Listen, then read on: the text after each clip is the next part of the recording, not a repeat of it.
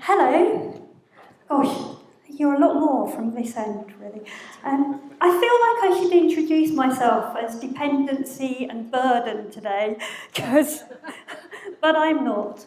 I would slightly change those words to enabling and valuing, because last year medicine saved my life. I don't feel like I'm a burden and I don't feel like I'm dependent, though I am dependent on both social care and medicine. However, I'm here, I'm talking to you today, and I feel like that's a really good thing. But I'm not here to talk about me, I'm here to talk about some other stuff, so I'll shut up and move on. So, the reason I was invited today was because of this project. A few years back, I was running the Focus project, and we had some members that we'd had for a long time. One had been a carer for many, many years. Another had been somebody who came to us through another project to do with pain and long-term opioid use.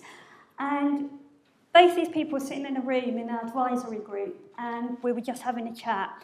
And they were both talking about their experience of having lost somebody that they'd cared for. One was a neighbour, the other was somebody's mother. And when we had a quick look at the literature, we realised there was no work on this at all. What happens to carers after somebody they had cared for died? So that brought about this carer-led project supported by us as researchers at the University of Exeter, and as you can see, it won the Outstanding Public Engagement Impact Award for Exeter University. But there's several stories in this project, and people were taught how to create a digital story. There was a proper report. People interviewed each other, carers interviewed each other about their experiences. People had digital storytelling skills that they then took off and used in other projects, because that was one of our philosophies, that people should get something really good that they wanted out of any work that they're involved with us.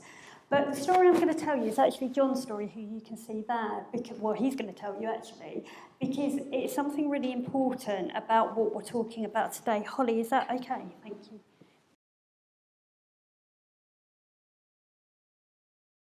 Very early on, Thursday, the 8th of January 2008, I was at the bedside of my darling wife, watching her taking her last breath. I still wake up in the middle of the night and go through the same heartbreak. I don't remember much about the following week, apart from the guilt I felt for accepting the advice of a consultant and doctor given to me in the corridor. They told me my wife had less than 72 hours to live. They proposed she was put on the Liverpool care pathway. Her medications were suspended, and she was put on morphine injections until she died. I remember the funeral service at the crematorium clearly. My grandson recited a poem, Sunset and Evening Star by Tennyson. Every time I hear those words or see them, it's dramatic. After the funeral, I was helped by my two sons and by Cruz. I was lucky to have met a lady who has MS at a meeting with our MP 9 months previously. She invited me to her house for lunch. We have become close friends, supporting each other as much as possible. However, with all the help I received, I was still distressed about the Liverpool care pathway and felt I had accelerated my wife's death by agreeing with the doctors. In August 2009, I had a pacemaker inserted. 2 months later, I was admitted to hospital with pneumonia and convalesced at my friend's house. My health deteriorated again, and I was taken to hospital. As to what my actual diagnosis was, I'm still trying to find out. I returned home on the 4th of January 2010. I am now more or less back to normal, thanks to all the support I've received from my friend.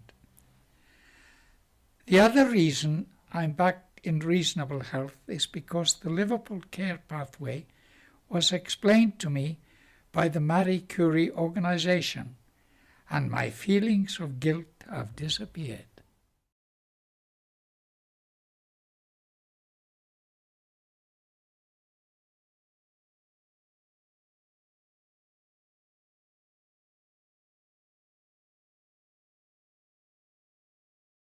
So he ended up going to Macmillan and the Macmillan staff took him through what he had actually agreed to, and that he hadn't actually ended his wife's life prematurely. But it left him with all kinds of problems. And the importance of our work was that he got to tell that story in a way that no one else was really giving him the opportunity to.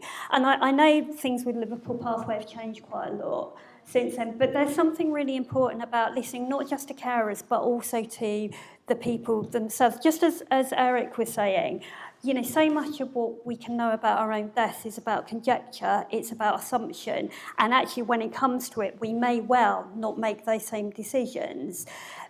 The difference with much of the work that we do in most patient involvement is that we'll quite often go back over things that have happened, where we can say, right, how would you want it to be different? Or if this happens, what would you like?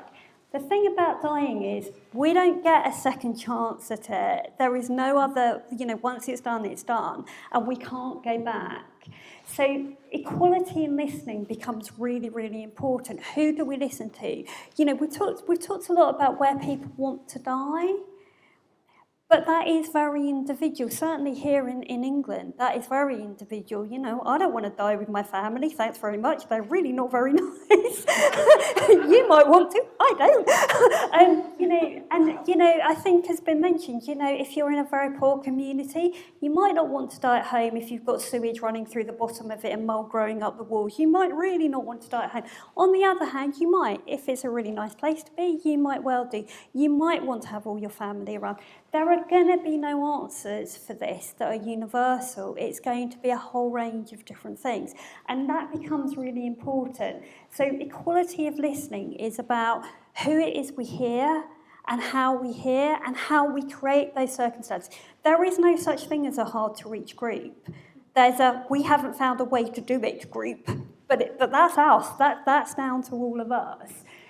We need to work it out together if we want to demedicalise, and I'm all for that, but we do need to work out those solutions together, and there will be different answers for different people. In many ways, some of what we've talked about today, in that wonderful academic and medical way, you've all made it sound a bit like it's not going to happen to you.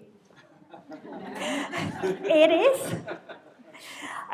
My very final slide is it's very quick. I denied about doing this. Because, and I'm really glad I have actually. Peter, who you may have read about this, he was doctor to the Queen, and when he died in August, it was in all the papers and everything because he was physician to the Queen. He was also, which was less publicised, a very dedicated NHS doctor. Peter's probably the reason I'm sat here today, because 20 years ago, he controlled my pain in a way that nobody else had ever been able to. You're talking about dying in terms of it happening to the people that you treat, the people that you write about, the people that you interview. It also happens the other way around. Peter was my doctor. I saw him in May. I was due to see him in December. He was my doctor for 20 years, and now he's gone. I'm not entirely sure what to do about that. So this stuff will happen, and it does happen the other way. If you all die tomorrow, what does that do to the people that you work with? So that was my final bit.